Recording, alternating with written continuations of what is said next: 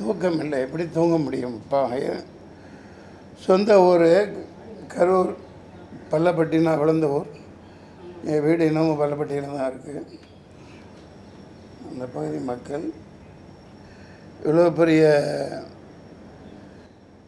பாவம். அந்த சாகையில், அந்த மரணிக்கையில் அவங்க எவ்வளோ வேதனையில் அனுபவிச்சிருப்பாங்க. கத்தியில் குத்திருக்காங்க, அடிச்சிருக்காங்க, கீழே தள்ளியிருக்காங்க, பள்ளம் வெட்டப்பட்டு உள்ளே தள்ளி விடப்பட்டு இருக்காங்க, மிதிப்பட்டு எவ்வளோ துடித்து செத்துருப்பாங்கங்கிறத யோசிச்சு பாருங்கள். நம்ம நாட்டில் இப்படியெல்லாம் நடக்குதுங்கையில் எனக்கு ரொம்ப அவமானமாக இருக்குது. வேறு எனக்கு ஒன்றும் சொல்கிறதுக்கு இல்லை. நீங்கள் ஏதாவது கேள்விகள் இருந்தால் கேளுங்க. சார், இந்த கரூர் சம்பவத்தில் வந்து 41 பேர் பலியாக இருக்காங்க. 41 பேர் ஆகிட்டாங்களா? இதை வந்து நிறைய பேர் அரசியலாக்குறாங்கன்னு சொல்கிறாங்க. இது எப்படி சார்? என்ன வெங்காயம் அரசியலாக்குறது? உண்மை தானே.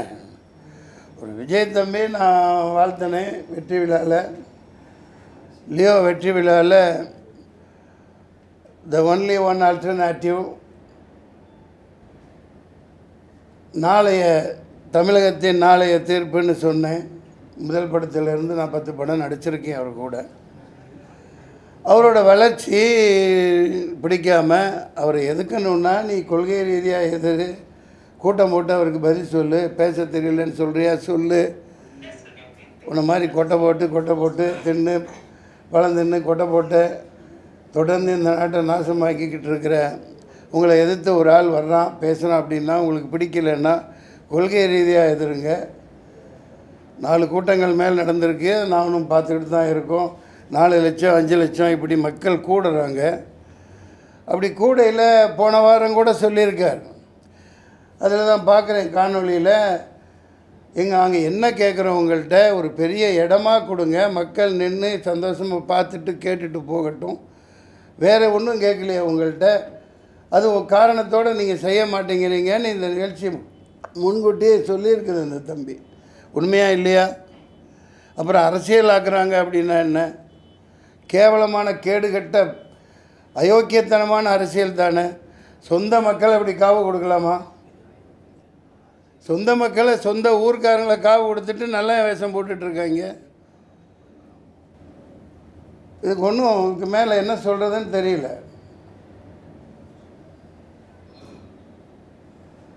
வேறு எந்த தாளிகைகள் ஐயா? சார், யார் வந்தாலும் வந்து அரசியலுக்கு வந்தால் கோமாளியாக தான் ஆக்குறாங்க. அதுக்கு எக்ஸாம்பிள் விஜயகாந்த், சீமான், ரஜினி வந்தாரு போயிட்டாரு, கமல் வந்து அந்த பக்கம் போயிட்டாரு. யாரு தான் அரசியலுக்கு வரணும்? அதை நீங்கள் தான் சொல்லணும். மக்கள் இப்போ சொல்லுவாங்க, 6 மாதத்தில் சொல்லுவாங்க யார் வரணுங்கிறத மக்கள் தீர்மானிப்பாங்க. நீங்கள் சொல்கிறது உண்மை தான். சில பேர்கள் சொன்னீங்க, அவங்க கோமாளித்தனமாக நடந்துக்கிட்டாங்க, நம்மளை கோமாளி ஆக்கிட்டாங்க. சில பேர் முடியாமல் கோமாளியாக இருப்பதே நல்லதுன்னு ஒதுங்கிட்டாங்க. பல ஜாம்பவான்களை விலை கொடுத்து வாங்கிட்டாங்க. ஒரு மிகப்பெரிய திமிங்கலமாக முதலையாக அடக்க ஆள் இல்லைன்ற மாதிரி போய்கிட்டு இருக்காங்க. இது ரொம்ப நாளைக்கு இந்த பருப்பு வேகாது. 6 மாதத்தில் மக்கள் இதுக்கான தீர்ப்பை தருவாங்க. அது அந்த பாடல்களில் தான் சொல்லியிருக்கேன். ஏழை எளியவர் வரணும், குடியானவன் வரணும், தொகுதி மக்களுக்கு என்ன தேவையோ அதை இந்த தமிழ்நாட்டை உய்விக்கிறதுக்கு யார் தேவையோ அவங்க வரணும், ஏழை எளியவர்களை காக்கிறவன் வரணும். அப்படி சொல்லிகிட்டு இருக்கையில் அந்த ஏழையவர்களை குழிக்குள்ளே தள்ளி போட்டு புதைச்சி உடனே வந்து நின்று நான் தான் காப்பாற்றுறேன், இந்த பார் ஓடிட்டாப்பில், இந்த மாதிரி அரசியல் பண்ணிகிட்டு இருக்கிறத மக்கள் பார்த்துட்ருக்காங்க. I support to unconditional support to Vijay. You keep going on, keep on working. The rest of the things people will decide. மக்கள் தீர்மானிப்பாங்க. சார், இந்த கரூர் விவகாரத்தில் உயிரிழந்தவங்களுக்கு வந்து என்னையா? ஆமாம் சார், விஜய் கட்சியில் ஜாயின் பண்ணுறாப்புல ஏதாவது பிளான் இருக்கா? என்ன மடத்தனமாக பேசிகிட்டு இருக்கிறீங்க? இல்லை, பிளான் நான் வளர்த்து விடப்பட்ட தம்பி நான் தான் இப்போ பேசிகிட்டு இருக்கேன்ல. என்ன கேட்குறீங்க? என்ன பண்ணுறது? இதில் சப்போர்ட் ஒட்டுமொத்த மக்களே சப்போர்ட் இருக்குல்ல, அப்புறம் நான் என்ன பண்ணுறது? சொல்லு தம்பி. சார், இந்த கரூர் விவகாரத்தில் 41 பேர் விழுந்திருக்காங்க. அவங்கள மரணம் தொடர்பாக நீதிபதி தலைமையில் வந்து ஒரு தனி நீதிபதி தலைமையில் விசாரணை அமைச்சிருக்காங்க, அருணா ஜெயசிங் தலைமையில். அதெல்லாம் ஒரு வெங்காயம் உரிக்காது. அதெல்லாம் ஒரு வெங்காயம் உரிக்கப்படாது. இதெல்லாம் ஏமாற்று வேலை, கண்கட்டு வேலை. அவனே கொலை பண்ணிவிட்டு அவனே கொள்ளையடிச்சிட்டு அவனே லூட்டி அடிச்சுட்டு அவனே பண்ணுவாங்க. இதான் பார்த்துட்ருக்கோம். பஹல்காம் தாக்குல என்ன நடந்துச்சு? வெளியிலேருந்து யாரும் வரல. அந்த காஷ்மீரி மக்களும் ஒன்றும் பண்ணலை. அப்பாவி ஏழை சாதாரண பிச்சைக்காரனுங்க. அடிக்கு 4 போலீஸ் நிற்கிறாங்க. புல்வாமாவில் என்ன நடந்துச்சு? சொந்த நாட்டு மக்களை காலி பண்ணி போட்டு குழிக்குள்ளே தள்ளி மண்ணள்ளி போட்டு அதில் தான் அரசியல் பண்ணிகிட்ருக்காங்க ஆள்றவங்க. நீங்களும் 4ஆம் தூண் வேடிக்கை பார்த்துட்ருக்கீங்க. அதெல்லாம் ஒரு வெங்காயம் உரிக்க முடியாது, ஒரு வெங்காயம் நடக்காது. சும்மா கண்கட்டு வித்த. இந்த பிரச்சாரத்தில் வந்து போலீஸ் வந்து முறையாக பாதுகாப்பு கொடுக்கலன்னு கொடுக்கல. யார் கையில் போலீஸ் இருக்குது? முதல்ல பாதுகாப்பு 28 கண்டிஷன் போடுறீங்களா இல்லையாப்பா? நீங்கள் ஒரு மாநாடு நடத்த கூட்டத்துக்கு 28 கண்டிஷன் கேட்டு போடுறாங்களா இல்லையா? எந்த கட்சிக்காவது போட்டாங்களா? எந்த கட்சிக்காவது போட்டாங்களா இது வரைக்கும்? அதே மாதிரி 28,000 போலீஸ் 2,000 போலீஸ் அங்கே நிற்கணும்ல. அதே முட்டுச்சந்தையில் கொடுத்துருக்கீங்க. என்ன மாதிரி ஆள் அங்கே இருந்திருந்தான்னு வைங்க, அந்த இடத்துல நான் இருந்திருந்தான்னு நடந்திருக்கிறதே வேறு. 99 இப்படி தான் நான் நின்று தேனியில் பயங்கர கலவரத்தை உண்டாக்குனாங்க. ஜீப்பை கவுத்து விட்டாங்க, கரும்பு காட்டுக்கு தீ வச்சுட்டாங்க. இறங்கி குதித்து ஓடி போய் ஆளுகளோட ஜீப்பை நிப்பாட்டி வச்சேன், கலெக்டர் ஜீப்பு. அடுத்து அதை அணுகி சொல்லி சாண்டு ஓட்டு மைக்கை பிடிச்சி ஒரு சத்தம் போட்டேன். நடக்கிறது வேறு. அன்னை போலீஸ் எங்கேருந்து வந்தானு என்னன்னு தெரியல, கட்டுக்குள்ளே கொண்டாந்தாங்க.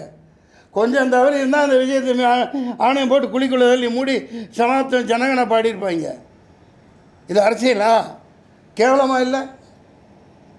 அயோக்கியத்தன அரசியல் பண்ணிகிட்ருக்காங்க, ஏமாற்றிட்டுருக்கீங்க. அனுமதி கேட்கும் போது 10,000 பேர் சொல்லியிருக்காங்க. டேய், என்ன நீ பச்சை குழந்தைத்தனமா? 10,000 பேர் அப்படி தான் சொல்லுவாங்க. 20,000 பேர் சொன்னால் உங்களுக்கு பர்மிஷன் கிடையாதுன்றான். போலீஸை பற்றி தெரியாதா?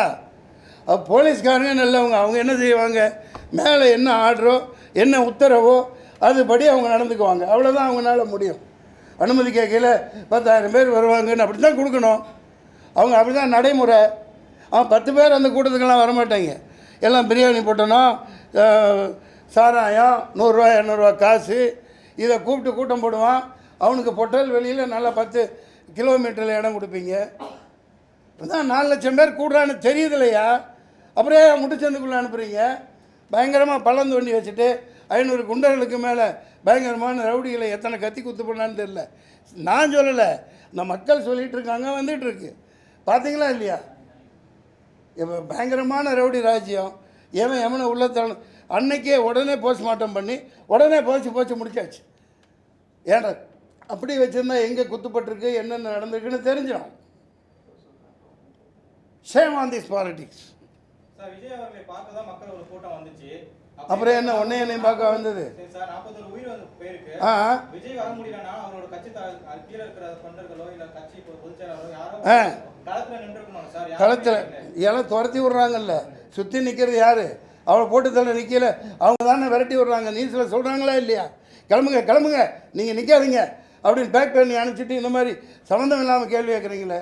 அவங்க புதிய கட்சி, என்ன மாதிரி ஆள் ஒன்றை மாதிரி ஆள் இருந்திருந்தால் அதுக்கு பருப்பு எடுக்க சரியான ஆளை இறக்கியிருப்பாங்க. அந்த மாதிரி ரவுடிகள் உங்கள்கிட்ட இல்லை.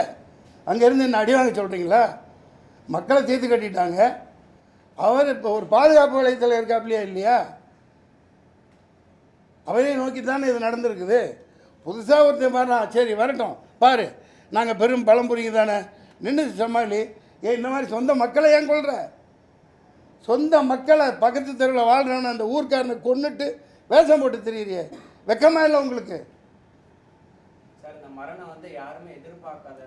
என்ன எதிர்பார்க்காது?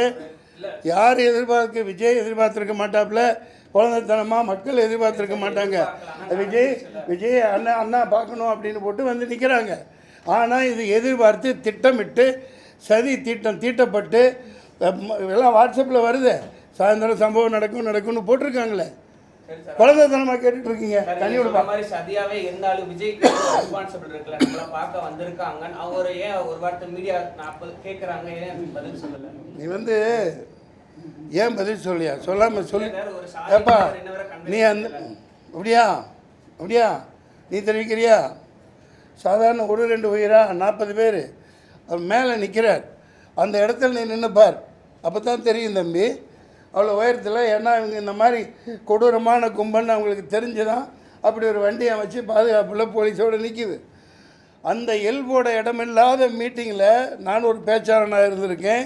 மேலே நீ கீழே என்ன நடந்தால் ஒன்றுமே தெரியாது. கீழே என்ன நடந்தாலும் ஒன்றும் தெரியாது.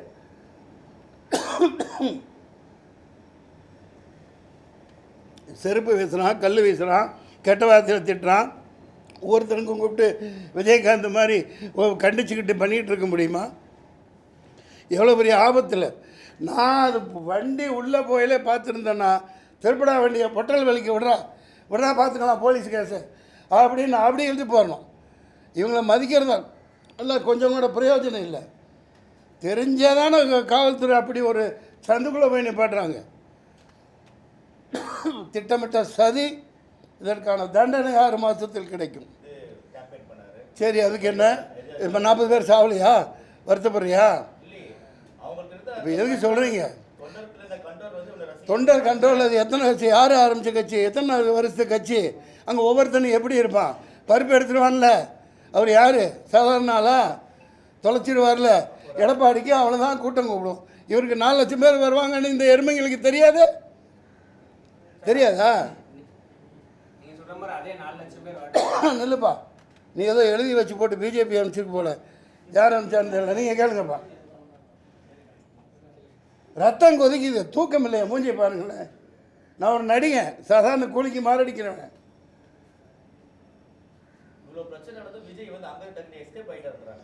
பைத்தியக்காரனே, போலீஸ்காரன் துரத்தி விட்றான். இங்கேருந்து போங்க, இப்படிலாம் ஆயிடுச்சுங்கிறா. எல்லா நாடகமும் அவங்க நடத்துகிறாங்க. இங்கே பாரு, அந்த சொல்கிறதுக்கு தானே இந்த திட்டமே. துரத்தி விட்டு போட்டு அடுத்த நிமிஷம் இவங்களால வர முடியுதில்ல. ஆனால் அடுத்த நிமிஷம் இருந்தாலும் வந்தால் நாங்கள் நிற்க முடியுமா? நம்மளால் நிற்பீங்களா? இது எவ்வளோ பெரிய பக்கா பிளானிங்கு. அடுத்த நோட்டி டக்கு டக்கு டக்கு டக்குன்னு வர்றாங்கல்ல. கேட்குறான்ல, 66 பேர் செத்தானே கள்ளச்சாராயம் கள்ளக்குறிச்சியில் செத்தாங்களே, அங்கே போய் நின்றீங்களேயா? விளக்கென்ன? என்ன கேள்வி கேட்குற நீ? என்ன இப்போ போய் அங்கே நின்று அவரை சேர்த்து சமாதி கட்டுறதுக்கா? 1000 ரவுடிங்க வச்சுட்டு நிற்கிறாங்க. பதிகாரத்தனமாக கேள்வி கேட்குறீங்களா? யதார்த்தத்தை பேசுங்க, மக்களுக்கு உண்மையை சொல்லுங்கள். ட்விஸ்ட் பண்ண கருவியாக நீங்கள் இங்கே வராதிங்க. நான் எனக்கு என்ன கூட நடித்தவன். மக்கள் பார்த்துக்குவாங்க, மக்கள் பார்த்துக்குவாங்க. நான் ஒரு அதே தான் சொல்கிறேன். இப்போ அவர் வராமல் இருந்திருந்தா என்ன சொன்னீங்க? வீட்டுக்குள்ளேருந்து அரசியல் பண்ணுறார், வீட்டுக்குள்ளேருந்து ட்விட்டரில் போடுறாருப்பீங்க. வெளியே வந்தால் இப்படி மக்களை வச்சு சாப்பிடுப்பீங்க. இப்போ எப்படி வெளியே வர்றது? யார் பாதுகாப்பில் வர்றது? சொல்லுங்கள். போதும். நன்றி, வணக்கம், சந்திப்போம். நல்லதே நடக்கும். யாரோ கேட்குறீங்க தெரியல. நன்றி. வாழ்க வளர்க. தப்பு தண்டனையை அனுபவிப்பான். அவ்வளோதான். ஏப்பா, என் ரத்தத்தில் தமிழன் இருக்குது. அது நாளைக்கு ஐடியா இருக்குது, சேர்றது இருக்குது. இதுன்னா அது எப்போ நடக்குமோ அது நடக்கும். அதை பற்றிலாம் எனக்கு கவலை இல்லை. உணர்வு பூர்வமாக ஒருத்தனுக்கு இப்படி தமிழ் இனத்தை கொண்டு ஒரு சொந்த மக்களை சாகடித்து அரசியல் பண்ணுறான். அதை கண்டிக்கிறது என் தலையாய கடமை. நான் கண்டிக்கிறேன்.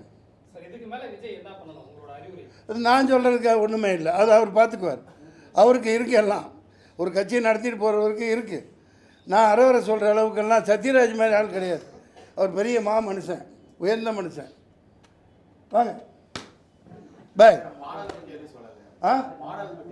பாடலை பற்றி நானே சொன்னால் இவர் கேட்குற மாதிரி ஆகிடும். நான் ஒன்றும் சொல்ல மாட்டேன். பாடல்களை மக்களுக்காக அர்ப்பணிச்சாச்சு. நான் தொடர்ந்து வாரத்துக்கு 2 பாட்டு அது நீங்கள் நினச்சிட்டு இருந்தா இது பெரிய ஜாம்பவானுகளையே எல்லாத்தையும் தின்னுட்டு முதல்ல உட்காந்துருக்குது. அது எவ்வளோ நாளைக்கு இருக்கும்? எவ்வளோ நாளைக்கு உங்கள் ராஜ்யம் நடக்கும்? பார்த்துக்கிறேன். எத்தனையோ கொடுமைகளை தாங்கிட்டு நிற்கிறேன். நான் என் படம் சரக்கு எடுத்து 4 வருஷம் 4.5 கோடிக்கு மேலே போச்சு. வெளியிட முடியல. பல சிக்கல்கள். இன்னும் ஓடிடியில் வெளியிட முடியல. வித்தும் கூட என் சொந்த அண்ணன் பையன், அண்ணன் மருமகன், பள்ளப்பட்டியில் சவுக்கத்தலி சொந்த அண்ணன், அவரோட மருமகன் ஜமாலோட அண்ணன் தான் சாதிக் பாட்சா. எப்படி கொலை பண்ணாங்க என்னங்கிறத வைக்கவே சொல்லியிருக்கார். எனக்கு தொடர்பு இல்லை, யாரு கூட தொடர்பில் இல்லை. என் தொடர்பு இல்லாதனால ஊற்றி மூடி சாவடிச்சு பண்ணிட்டாங்க. எத்தனையோ இப்படி அரசியல் படுகொலைகளை நிறுத்தியிருக்காங்க. ஆனால் சொந்த மக்களை ஒருத்தர் வர்றாரு, அவரை எதுக்க முடியாமல் இப்படி ஒரு பாலிடிக்ஸ் பண்ணுறது நீசத்தனமான, ஈனத்தனமான, கேவலமான செயல். அது இறைவன் பதில் கொடுப்பான். 6 மாதத்தில் வந்து அதுக்குரிய நடவடிக்கை நடக்கும். சார், இந்த விஜயை கைது பண்ணணும்னு சொல்லியிருக்காங்களே, மயிர பண்ணுவீங்க, பண்ணு, கை வச்சு பாரு தமிழ்நாடு என்ன ஆகுதுன்னு. பண்ணுறவனை விட்டு போட்டு விஜயை கைது பண்ணிங்க. போனப்பா பொழப்பு கட்டணும், சொரக்காய்க்கு உப்பு இல்லைன்ட்டு பண்ணு, கை வை. நெக்ஸ்ட் பாய்.